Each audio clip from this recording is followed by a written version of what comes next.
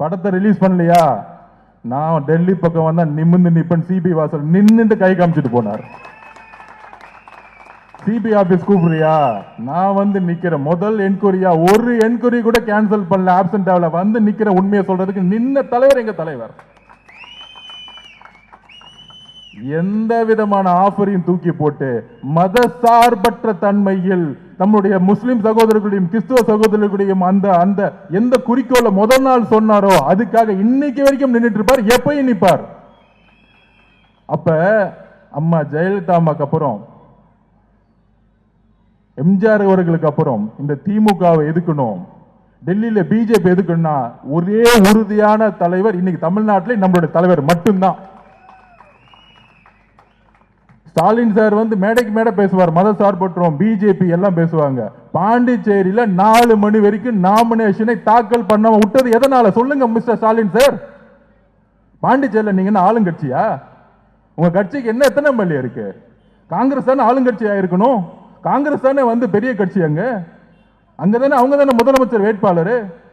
கடைசி வரைக்கும் பேச்சுவார்த்தை பண்ணி நாமினேஷன் பண்ண விடாம இன்னைக்கு வரைக்கும் பாதுகாத்து ஜெகத் ரட்சகன். ஏன்னா ஜெகத் ரட்சகன் மேல இடி கேஸ் இருக்கு, இடி கேஸ் இருக்குனால கூப்பிட்டு பிஜேபியில கூப்பிட்டு சொல்லிட்டாங்க, கூப்பிட்டு சொன்னதுனால பேச்சுவார்த்தை நிப்பாட்டினாங்க.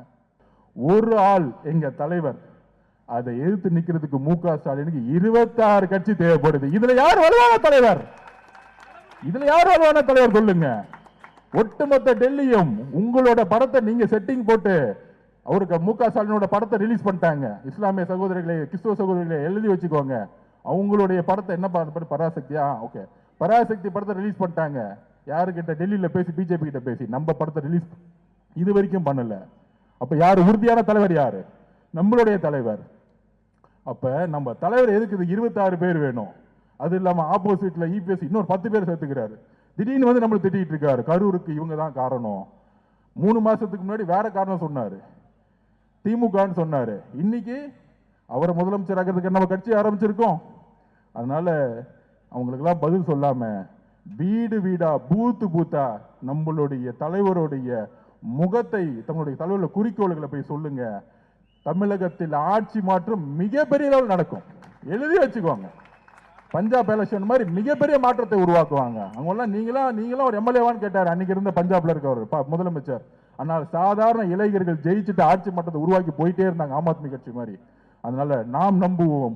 நம்மளுடைய பொறுப்பாளர் இக்மூர் தொகுதியில் யார் வேட்பாளர் இன்னும் அண்ணன் 2-3 நாள் ரிலீஸ் பண்ணும்போது உங்களுக்கு தெரியும்.